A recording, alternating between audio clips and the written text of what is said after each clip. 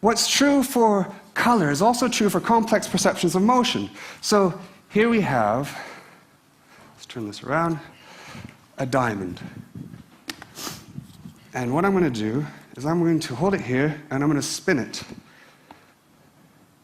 And for all of you, you'll see it probably spinning this direction. Now I want you to keep looking at it, move your eyes around, blink, maybe close one eye, and suddenly it'll flip and start spinning the opposite direction. Yes? Raise your hand if you got that. Yes? Keep blinking. Every time you blink, it'll switch. Right? So I can ask you, which direction is it rotating? How do you know? Your brain doesn't know because both are equally likely. So depending on where it looks, it flips between the two possibilities.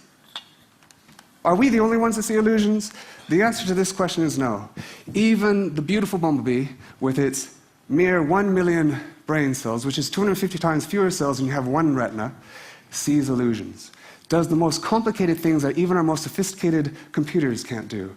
So in my lab, we of course work on bumblebees because we can completely control their experience and see how that alters the architecture of their brain. And we do this in what we call the bee matrix. And here you have the hive. You can see the queen bee, that large bee in the middle there. Those are all her daughters, the eggs. And they go back and forth between this hive and the arena via this tube. And you'll see one of the bees come out here. You see she has a little number on her? Yeah, there's another one coming out. She also has a number on her. Now, they're not born that way, right? We pull them out, put them in the fridge, and they fall asleep, and then you can superglue little numbers on them, right? And now in this experiment, they get a reward if they go to the blue flowers, okay? And they land on the flower. They stick their tongue in there, called a proboscis, and they drink sugar water. Now, she's drinking a glass of water that's about that big to you and I. We'll do that about 3 times and then fly, right? And sometimes they learn not to go to the blue, but to go to where the other bees go. So they copy each other. They can count to 5. They can recognize faces. And here she comes down the ladder, and she'll come into the hive, find an empty honey pot, and throw up. And that's honey. Okay? Now remember, she's supposed to be going to the blue flowers, but what are these bees doing in the upper right corner? It looks like they're going to green flowers. Now, are they getting it wrong? And the answer to the question is no. Those are actually blue flowers, but those are blue flowers under green light. So they're using the relationships between the colors to solve the puzzle, which is exactly what we do. So illusions are often used, especially in art, in the words of a more contemporary artist, to demonstrate the fragility of our senses. Okay, this is complete rubbish. Okay? The senses aren't fragile. If they were, we wouldn't be here. Okay? Instead, color tells us something completely different, that the brain didn't actually evolve to see the world the way it is. We can't.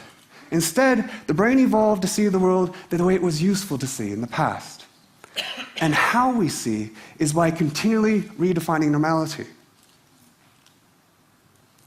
So, how can we take this incredible capacity of plasticity of the brain and get people to experience their world differently? Well, one of the ways we do in my lab and studio is we translate the light into sound, and we enable people to hear their visual world, okay? And they can navigate the world using their ears. Here's David in the right, and he's holding a camera. On the left is what his camera sees, and you'll see there's a line, a faint line going across that image. That line is broken up into 32 squares. And each square, we calculate the average color, and then we just simply translate that into sound. And now he's going to turn around, close his eyes, and find a plate on the ground with his eyes closed.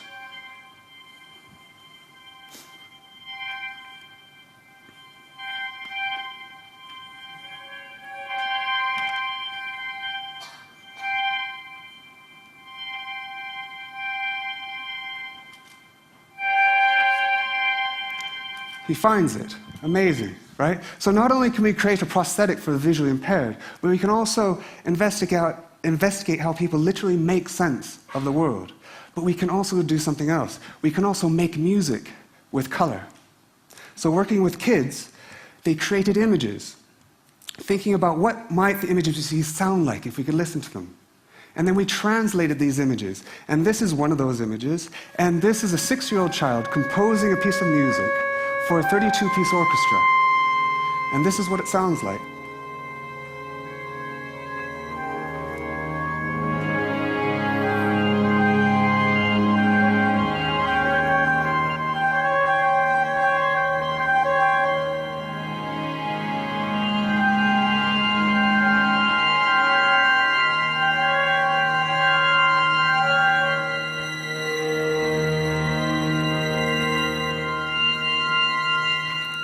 So a 6-year-old child, okay? Now, what does all this mean? What this suggests is that no one is an outside observer of nature, okay? We're not defined by our essential properties, by the bits that make us up. We're defined by our environment and our interaction with that environment, by our ecology. And that ecology is necessarily relative, historical, and empirical, right? So what I'd like to finish with is this over here, because what I've been trying to do is really celebrate uncertainty, because I think only through uncertainty is there potential for understanding. So if some of you are still feeling a bit too certain, I'd like to do this one. So if we have the lights down, and what we have here, can everyone see 25 purple surfaces on your left, and 25, call it yellowish surfaces on your right? So now what I'm going to do, I'm going to put the middle 9 surfaces here under yellow illumination by simply putting a filter behind them.